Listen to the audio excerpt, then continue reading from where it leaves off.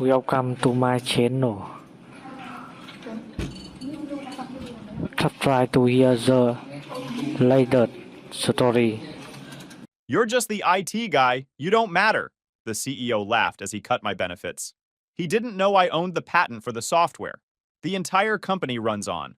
I revoked the license for breach of contract. The stock dropped 80% overnight. Hey, Reddit, buckle up because this is the story of how I went from just the IT guy to the man who tanked $1 billion company's stock in one night. And yeah, it was completely legal. Name's Joel, 37 male. This happened 6 months ago, and I'm still processing the absolute chaos that followed. Some nights I wake up thinking about how close I came to just accepting my fate. But then I remember what happened next, and I sleep like a baby. I worked at Apex Solutions for 9 years. Started as a junior systems analyst right out of college, worked my way up to senior infrastructure architect. Sounds fancy, right? To most people at the company, I was still just the guy who fixed the printer jams and reset passwords. Let me paint you a picture of what Apex was like when I started. Small operation, maybe 85 employees total, headquartered in a renovated warehouse in Seattle's industrial district. The kind of place where everyone knew everyone, and the CEO actually remembered your name at company picnics. I was 28 years old, fresh out of University of Washington, with a degree in computer science, and about $73,000 in student loans hanging over my head. Apex offered me $52,000 a year, which felt like winning the lottery at the time. My apartment was a shoebox in Fremont, with 3 roommates and a bathroom that smelled like mildew. But I had a job in my field, and that's all that mattered. The work was straightforward at first. Database maintenance, user support, keeping the network from imploding every time someone opened too many browser tabs. Our systems were ancient. I'm talking software from the late 90s, held together with duct tape and prayers. The main platform was this monstrosity called DataCore Legacy. It handled everything from inventory management to client billing to project tracking. The thing crashed minimum twice a week, lost data randomly, required manual reboots that took 3 hours. We had 6 people whose entire job was just keeping it functional. I spent my first 2 years learning that system inside and out. Every quirk, every bug, every workaround. Got really good at explaining to angry department heads why their quarterly reports disappeared into the void. Here's what nobody knew. 5 years into my time there, I built something revolutionary. Year 5 was when I hit my breaking point with DataCore. We'd just lost a major client, Patterson Industrial, worth $4.2 million annually, because our system corrupted 3 months of their project data. Just gone. Vanished into the digital void like it never existed. The CTO at the time, this guy named Ron, called an emergency meeting. We need to upgrade, Ron said. DataCore is killing us. Management brought in consultants. 3 different firms, each one quoting between $15 and $22 million for a complete overhaul. Implementation time, 24 to 36 months. The board rejected every proposal. Too expensive, too risky, too long. So we stayed with DataCore. And I stayed angry. That's when I started working on something in my off hours. My girlfriend at the time, Rebecca, was a nurse who worked rotating shifts. She'd leave for work, and I'd sit down at my home office setup. Nothing fancy, just a desktop I'd built myself and 3 monitors I'd bought on Black Friday sales. And I'd code. Every night. Sometimes until 3 a.m. weekends were fair game too. Rebecca hated it.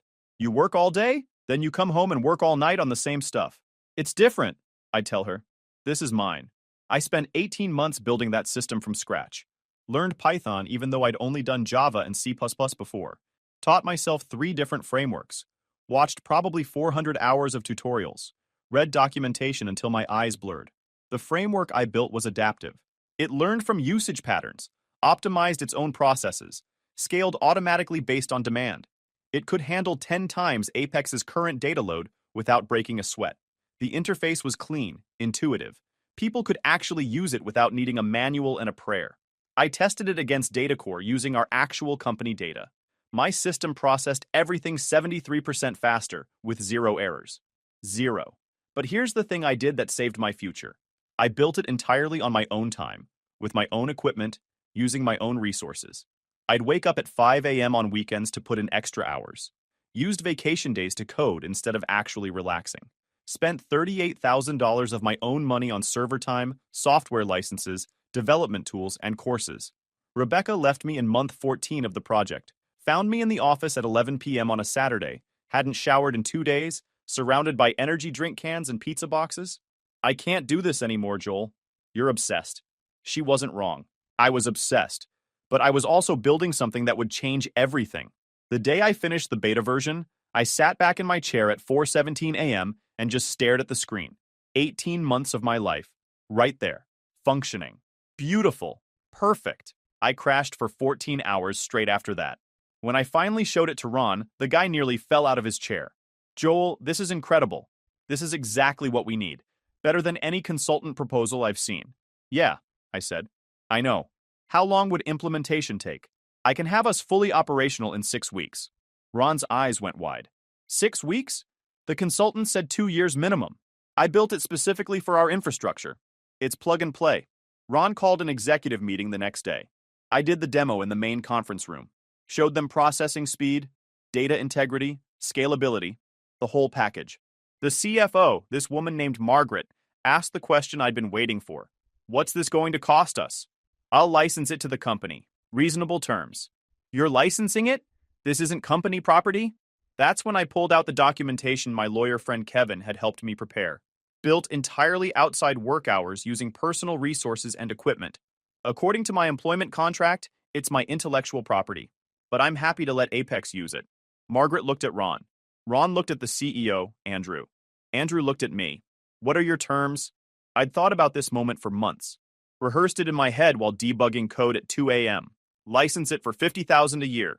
Adjusted for inflation annually. And I maintain full ownership of the patent and codebase. Andrew nodded slowly. That's more than reasonable. Hell, Joel, we'd probably pay 10 times that for what you've shown us.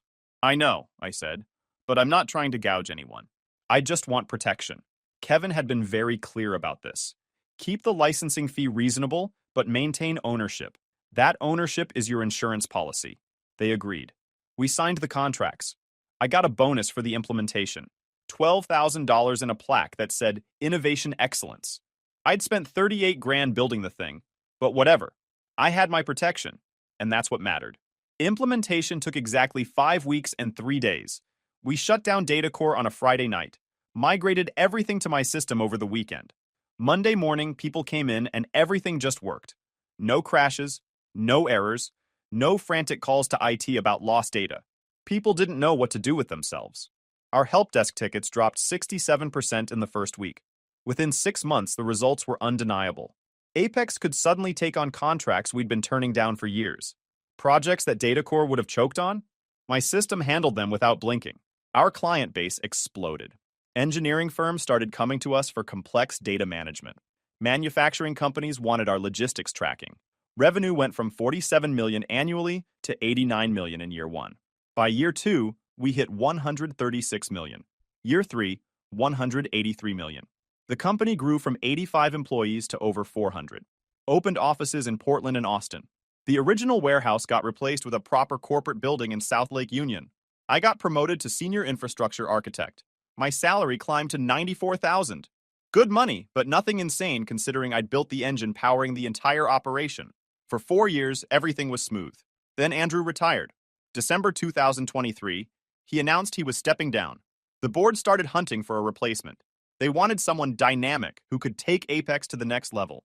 January 2024, they hired Gregory Chen, 34 years old, Stanford MBA. 3 years at a private equity firm where he'd restructured operational efficiency at 6 different companies. Translation: he cut costs, fired people, and made short-term numbers look good. Andrew warned me before he left. We grabbed coffee near the office. Joel, watch yourself with Gregory. Guy's smart, but he doesn't understand what we built here. Gregory started February 1st. First week, I walked into his office for our one-on-one. Guy had already rearranged everything. The walls had these motivational posters about embracing disruption. I already hated him. Joel, good to meet you. He didn't stand up. We talked about my system. He seemed suspicious of the licensing arrangement. Seems like we're overpaying. System's been in place for years. My jaw tightened. Because it's my intellectual property. The fee includes ongoing maintenance and updates. Right. We'll revisit that. Second week, Gregory called an all-hands meeting. Packed the conference room. He stood at the front with a presentation clicker. We need to evolve. If we don't adapt, we die. He clicked to the next slide. Operational Optimization Initiative. Corporate speak for layoffs. He went through 47 slides. By slide 23, he got to IT. Our technology infrastructure requires modernization. We're overstaffed and underperforming. That was garbage. My team was lean and efficient. March came around. March 15th started like any other Thursday. Got to the office at 7:45, grabbed coffee from the lobby machine, checked overnight system logs. Everything running perfect. Zero errors, 99.97% uptime for the month. At 9:30, my calendar pinged. Meeting invite from Gregory's assistant. Compensation discussion, conference room B, 10 a.m. No context, no agenda, just that. I should have known right then. Conference room B was the small one, the one they used for firing people. It had soundproofing and no windows. Private. I walked in at exactly 10 o'clock. Gregory was there with Amanda Reeves, the new CFO he'd brought in from his last company. She was mid-30s, always looked like she just smelled something rotten, and sitting in the corner was this guy I'd never seen before. Expensive suit, leather portfolio, the corporate lawyer look. "Joel, have a seat," Gregory said, again with the not standing up. Power play. I sat down. "We're making some changes to our compensation structure," Gregory started, that fake friendly tone that made my skin crawl. "Part of our operational optimization. We're moving to a performance-based model that better aligns with industry standards." Amanda slid a folder across the table. "These are the new terms." I opened it. My salary reduced from $94,000 to $67,800, a 28% cut. Annual bonus eliminated entirely. Health insurance switched to a high deductible plan where I'd be paying $6,000 out of pocket before coverage even started. Vacation days reduced from 18 to 12. I looked up. "This is a joke, right?" "These are market rate corrections," Amanda said. Clinical, like she was reading from a script. "We've analyzed comparable positions across the industry. I built the entire system this company runs on." Gregory smiled. Not friendly. Condescending. "And we appreciate that contribution. But that was 5 years ago, Joel. This is about current value, not past accomplishments." "Our current value? The system runs everything. Every single department. Every client contract. All on my platform." "Our platform," Gregory corrected. "We license it, yes, but it's integrated into company operations. It's not like you're actively developing new features." I stared at him. "I maintain it. I update it. I ensure 99.9% uptime. That's active work. Work that, frankly, doesn't require your current compensation level." He leaned forward. "Joel, let's be realistic about your position here. You're in IT, technical support. You're a valuable member of the team, sure, but you're not exactly mission critical. You're in IT, not mission critical. I'd pulled all-nighters when systems went critical, canceled family events to fix emergencies, built something from scratch that transformed the entire company from a struggling mid-tier operation into a regional powerhouse. And this guy, who'd been here 8 weeks, was telling me I wasn't mission critical. What about everyone else? I asked. Is this happening across the board? The technical staff will see similar adjustments, Amanda said. Directors and above retain their current packages. Right. So the guys actually doing work get gutted, while management keeps their full salaries. And if I don't agree to these terms? Gregory's smile got sharper. Then we'd have to seriously evaluate your position at Apex. These changes are happening. The only question is whether you're part of the future here. The lawyer in the corner slid papers across the table. Sign here, here, and here. Changes effective April 1st. I looked at those documents, thought about my licensing agreement, that very specific clause Kevin had insisted on. License valid contingent on continued employment in good standing and maintenance of agreed-upon compensation structure. Maintenance of agreed-upon compensation structure. They were about to breach the contract. Unilaterally. Can I have 24 hours to review this? Gregory's jaw tightened. Joel, this isn't really a negotiation. We've made a business decision based on market analysis and operational needs. So that's a no? That's a, we need your signature today. I stared at him. He stared back. Amanda checked her watch. Actual power move. Looking at her watch like my career mattered less than her lunch reservation. Joel, Gregory said, and his tone shifted. Harder now. Let me be very clear. You fix computers. You reset passwords. You keep systems running. That's important work. But it's not strategic. It's not leadership. You're not irreplaceable. You fix computers. 9 years at this company. A system that generated $136 million in annual revenue directly and supported another $400 million in operations. I'd sacrificed a relationship, countless nights of sleep, thousands of my own dollars. And to this Stanford MBA who'd been here 2 months, I was just the guy who fixed computers. You're making a mistake, I said quietly. No, Joel. We're making the right business decision. And you're going to sign these papers, or you're going to find yourself making a very different kind of decision. The threat was clear. I picked up the pen, signed every page. Gregory smiled. Excellent. Welcome to Apex 2.0. I stood up and walked out. My hands were shaking. Not from fear, from pure, concentrated rage. Made it back to my office, closed the door, sat down at my desk, stared at my computer screen for probably 5 minutes without moving. Ron knocked. Came in without waiting for an answer. Joel, I just heard. I'm sorry. I fought against this, but Gregory's got the board convinced this is necessary. It's fine, I lied. It's not fine. It's garbage. You built this place. Apparently, I just fixed computers. Ron winced. He actually said that? Word for word. Joel. Ron looked genuinely conflicted. I'm trying to push back where I can, but he's got authority I don't have anymore. New organizational structure. I report to him now. I understand. Ron left. I sat there for another 10 minutes. Then I pulled out my phone and called Kevin. Hey man, what's up? I need to see you. Tonight. It's important. Something in my tone made him not ask questions. I'll be at Stella's at 7. See you there. I barely functioned the rest of the day.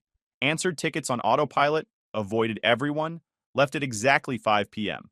Met Kevin at Stella's Coffee near his office downtown. He was already there when I arrived, working on his laptop. Corporate law, always grinding. I sat down and explained everything. The meeting, the pay cut, Gregory's comments, word for word. Kevin listened without interrupting. When I finished, he just sat there for a second. Do you still have your licensing agreement? Yeah. Why? Pull it up.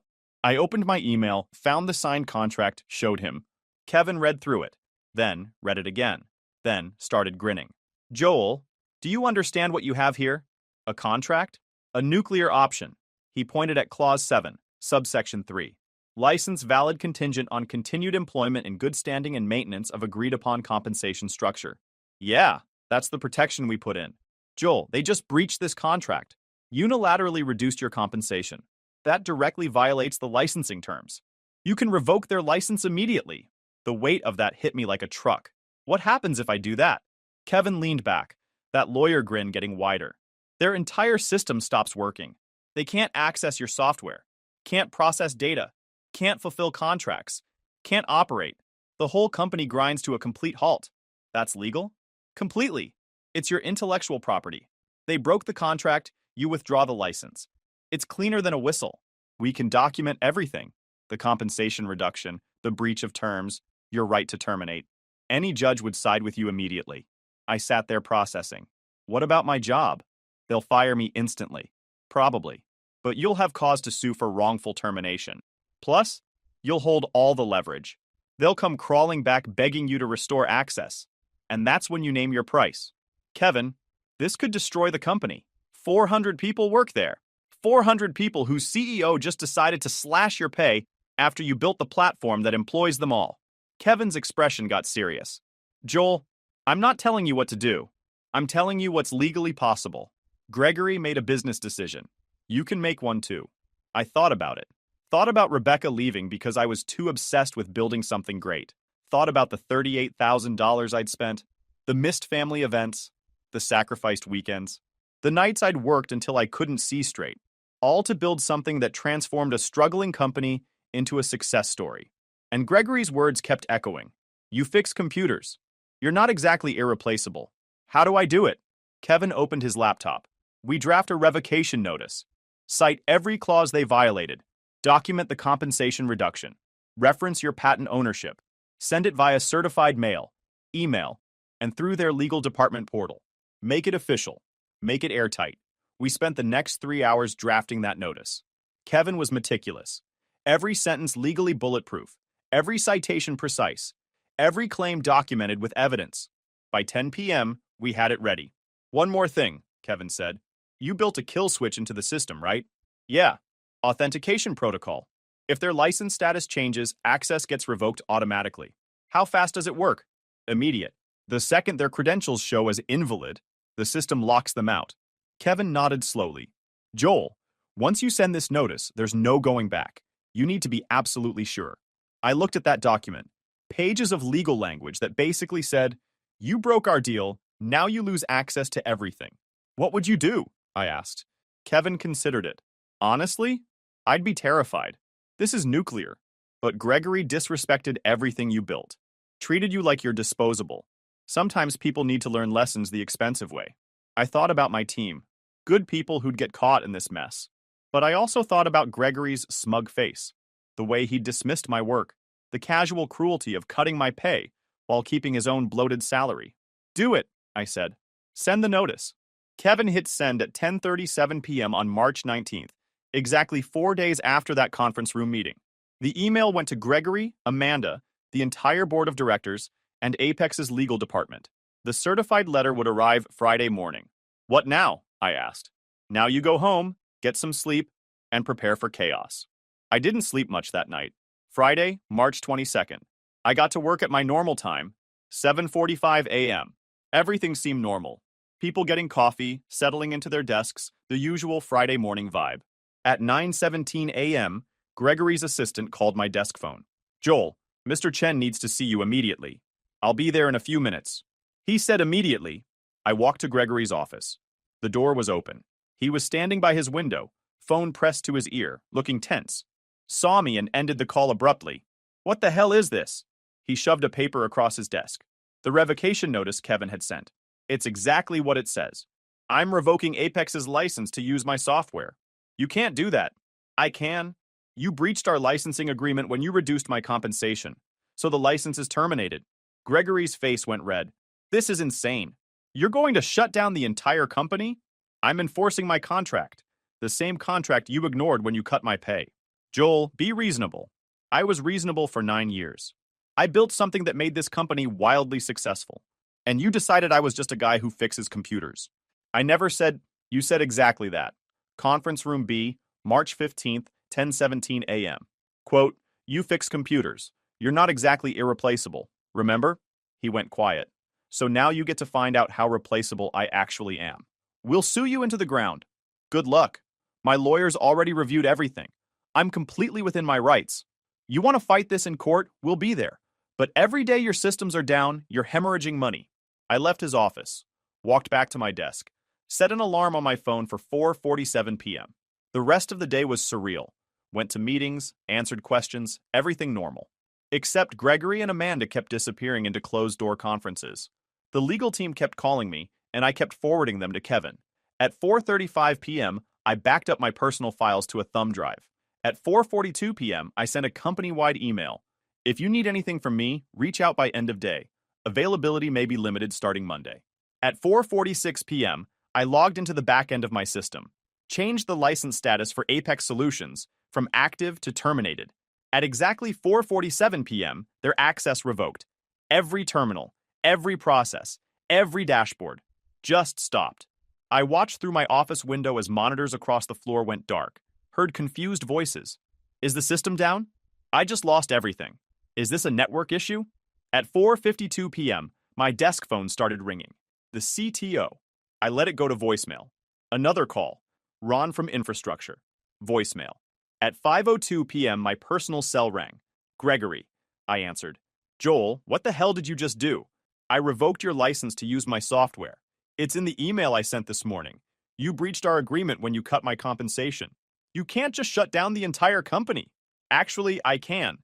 It's my intellectual property. The license agreement was very clear about the terms. You violated those terms." Silence. Background noise. Other people shouting. Phones ringing. "This is insane," Gregory finally said. "You're going to destroy us over a pay adjustment?" "I'm enforcing my contract, the same way you enforced yours when you decided I wasn't worth my salary." "Joel, listen to me." "No, you listen. You had 9 years of me being loyal, building systems, fixing problems, making this company successful, and you repaid that by cutting my pay 28% and telling me I was replaceable." "I didn't mean." "You meant exactly what you said. You assessed my value, decided it was less than my compensation, and cut me down. So now I'm showing you my actual value. Every single operation you run is built on my platform, and without access to that platform, you're dead in the water. We'll sue you. Your lawyers already have my contact info. Feel free." "Joel, be reasonable. We can work this out." "Reasonable? You want reasonable?" I actually laughed. Okay, here's reasonable. You breached a legally binding contract. I'm terminating the license per the terms we both signed. If you want to renegotiate, have your lawyers contact mine. Until then, good luck running your company without any functioning systems. I hung up, packed up my desk, not much to take, coffee mug, a photo, some personal items. Walked out of that building at 5:23 p.m. while chaos erupted around me. Got in my car, drove home, ordered Thai food, and watched Netflix. My phone kept buzzing. Texts, calls, emails. I ignored all of it. The following 72 hours were absolutely unhinged. Saturday morning, Kevin called at 8:43 a.m. Joel, you need to see this. He sent me a link to a Bloomberg article. Apex Solutions stock plummets 34% on system failure. The markets had opened in overnight trading. News was leaking that their systems were completely down. Investors were panicking. My email inbox was flooded. Colleagues asking what happened. Recruiters. Even reporters. I ignored all of it. Saturday afternoon, Ron called. Joel, what did you do? I enforced my contract. The entire company is dead in the water. We can't process anything. Payroll's locked. Everyone's scrambling. They should have thought about that before cutting my pay. Joel, Ron sighed. Gregory's an idiot, but 400 people work here. That got to me. Ron, what was I supposed to do? Let them disrespect everything I built? I don't know. Maybe. Would you? Long pause. No, probably not. Sunday morning brought more chaos. Stock dropped another 28%. Total decline, 62%. Business outlets ran it as a major story. Some portrayed me as vindictive. Others called it David versus Goliath. Sunday at 3:47 p.m., I got an email from Apex's board. Subject, urgent meeting request. Body, Mr. Joel, we would appreciate the opportunity to discuss a resolution. Please contact us at your earliest convenience. I forwarded it to Kevin. He called 10 minutes later. They're ready to negotiate. Monday morning, Kevin and I drafted our proposal. $8 million one-time licensing fee. $2 million annually going forward. Full restoration of my compensation, plus 40% raise to $131,600. Ironclad employment contract. And Gregory's immediate resignation. Kevin looked at that last item. This might be a deal breaker. Then they don't get their systems back. We sent it Monday at 11 a.m. By 2 p.m., we got a response requesting an in-person meeting.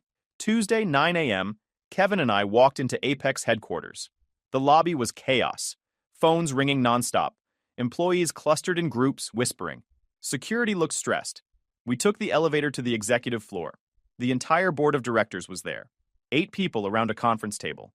Gregory sitting at one end, looking like he'd aged 5 years and 4 days. Amanda next to him, pale and quiet. Harrison, the board chairman, stood up when we entered. Old school guy, built his fortune in manufacturing, semi-retired but still influential. Joel, Kevin, thank you for coming. We sat down. The room was tense. You could feel it. Harrison cleared his throat. Let's be direct. We're in a crisis. 4 days of complete system failure. Our market cap has dropped $1.2 billion. 7 major clients have filed breach of contract notices.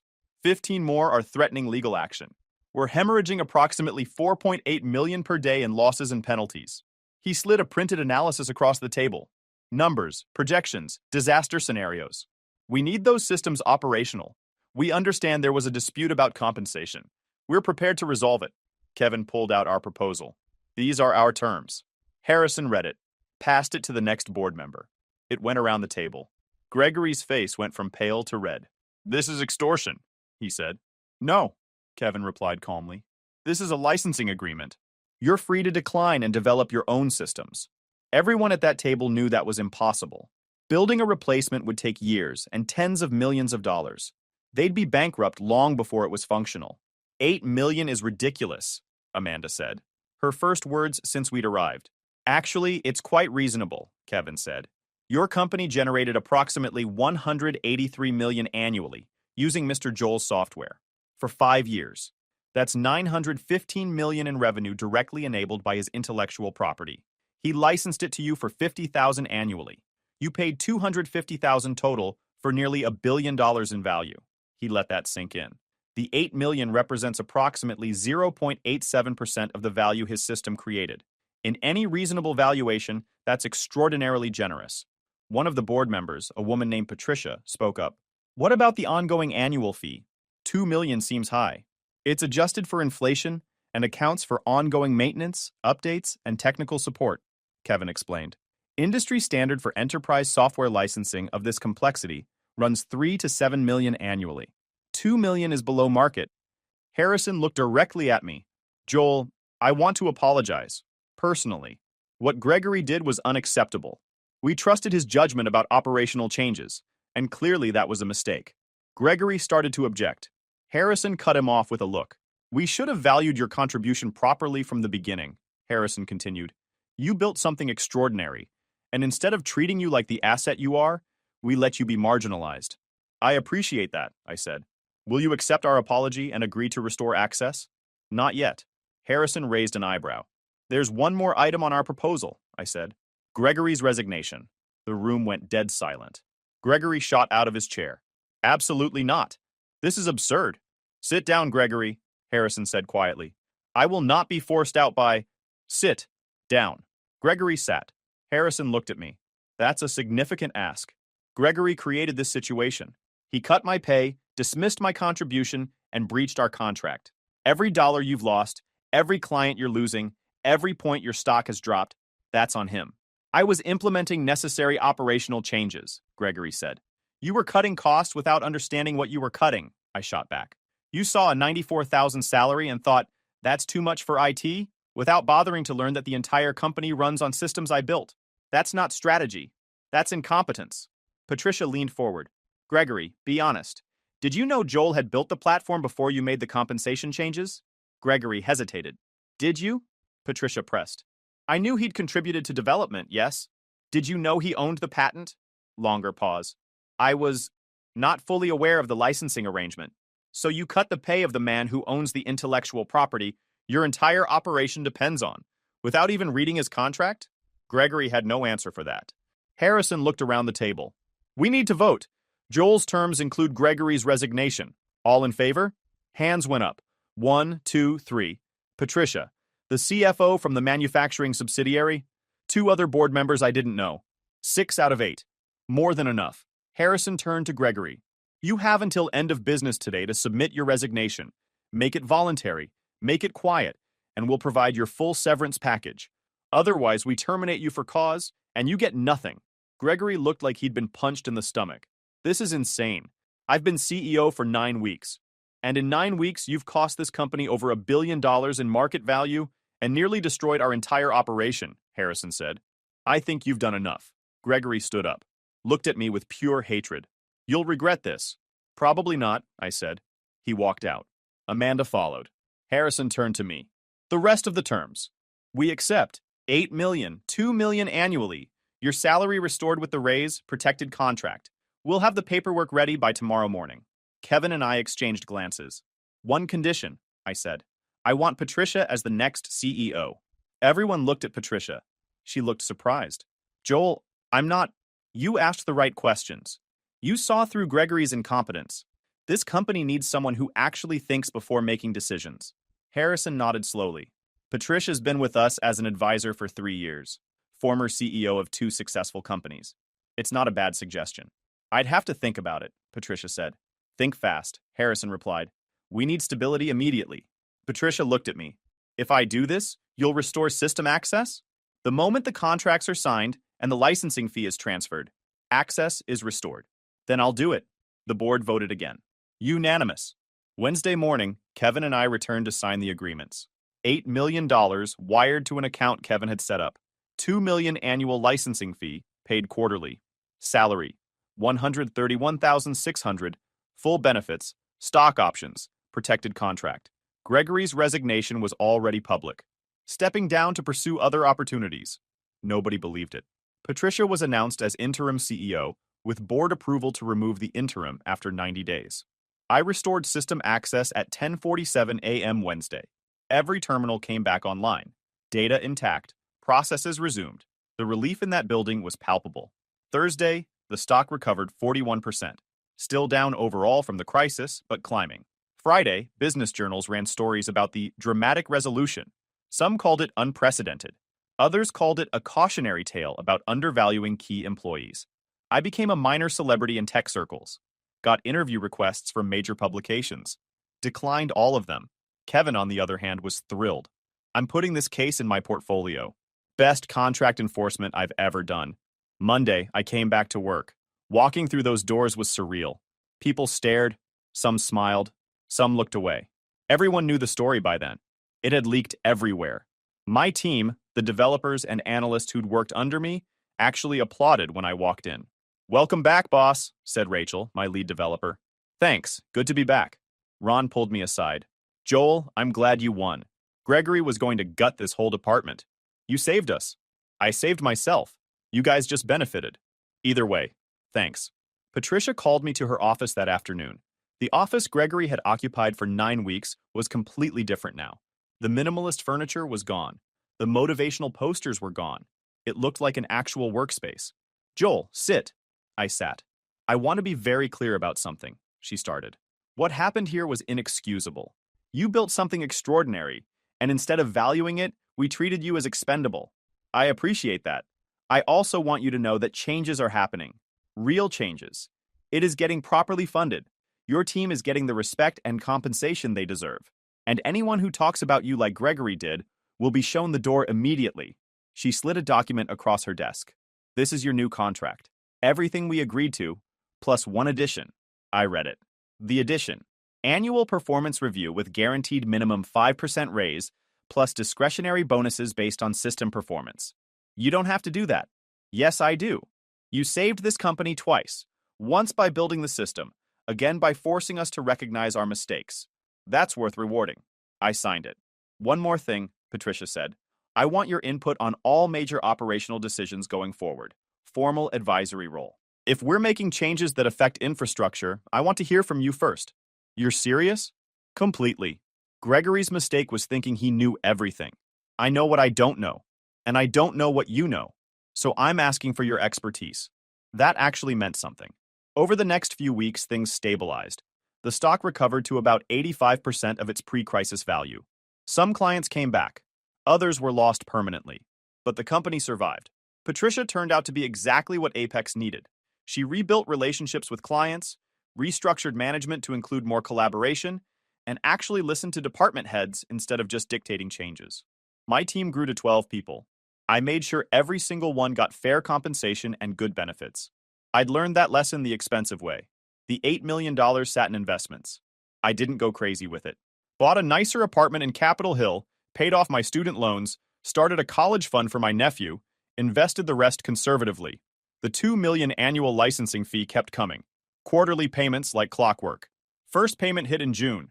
Watching that deposit clear was satisfying in a way I can't quite describe. People from my past reached out. Rebecca, my ex-girlfriend who'd left during the development phase, sent a text. "I saw the news. Always knew you were smart. Sorry I didn't see it then." I didn't respond. Ron's wife sent me cookies. Homemade. With a note. "Thank you for not letting them win." I ate the cookies. 6 months later, I'm still here. Stock recovered to 87%. Patricia rebuilt client relationships, fixed Gregory's mess, actually listened to people. My team's at 15 people now. Rachel got promoted to lead developer. 2 new hires from Microsoft who wanted to work somewhere that valued tech. The quarterly licensing payments hit like clockwork. First one cleared in June. 500,000 deposited. Didn't celebrate. Just nodded and kept working. July, Patricia called me in. 3 companies want to license your platform. Combined offer, $12 million annually. I signed deals with all 3 by August. My accountant called it the best contract structure he'd ever seen. October brought something unexpected. Gregory sued me, filed a complaint claiming I'd sabotaged operations and damaged his reputation. Wanted $8 million. Kevin called me laughing. Not a chance. We have everything documented. Case got dismissed. Judge called it frivolous. Gregory got hit with my legal fees. $47,000. Heard he sold his condo to pay it. November, Apex landed a $94 million logistics deal. Patricia sent me a message. "This happens because your system can handle it." The board voted me a $250,000 bonus. I split it with my team. December, Rebecca emailed wanting to meet. Said she'd made a mistake. I deleted it. July, I ran into Amanda at a coffee shop. "I wanted to apologize," she said. "I should have pushed back harder. You were doing your job. My job was to protect the company. I nearly destroyed it." She'd left Apex in January. Freelance consulting now. She asked if I was hiring. I said no. If you enjoyed this video, please hit that subscribe button. It really helps the channel and help us bring you more and better stories. Thanks.